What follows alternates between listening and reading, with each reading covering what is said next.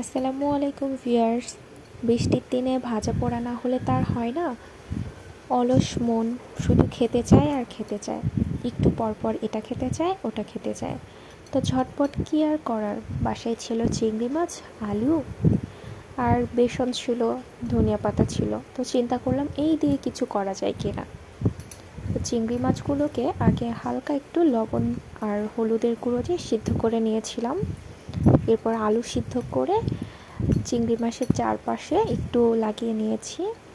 আর বেসনের ভিতরে হলুদের গুঁড়ো, ধনিয়ার গুঁড়ো, লবণ আর একটু ধনিয়া পাতা কুচি করে দিয়ে সুন্দর করে ব্যাটারটা করে তারপরে যে চিংড়ি মাছের যে বড়াটা করে রেখেছিলাম ওইটা একটু ডুবিয়ে নিয়েছি। এরপরে গরম তেলে একটু লালচে করে ভেজে নিব। ভিডিওতে দেখতে পাচ্ছেন আমি কেমনটা করে ভেজে নিয়েছি, একটু কড়া করে ভাজবো। আর এই ভাজাটা যদি একটু কড়া করে ভাজেন তাহলে কিন্তু একটু মজা লাগে। আর এখানে আমি একটা ডিম দিয়েছি, বেসনটা আমি পানি দিয়ে গলাইনি, ডিম দিয়ে গুলিয়েছি। যদি এখানে আপনারা ডিম দেন তাহলে টেস্টটা আরও বাড়বে।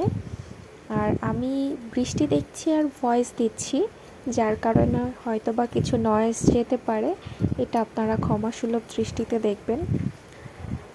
আমি ভিডিওটা পরে দিলেও পারতাম, কিন্তু কেন জানি মন চাইলো যে এই বৃষ্টির সময় আপনাদেরকে একটু লোভ লাগাই যে আমি কি খাচ্ছি।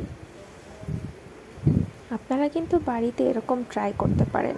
ফুলকো ফুলকো এক একটা চিংড়ি মাছের বড়া খেতে তো মনে হচ্ছে অসম্ভব লাগবে।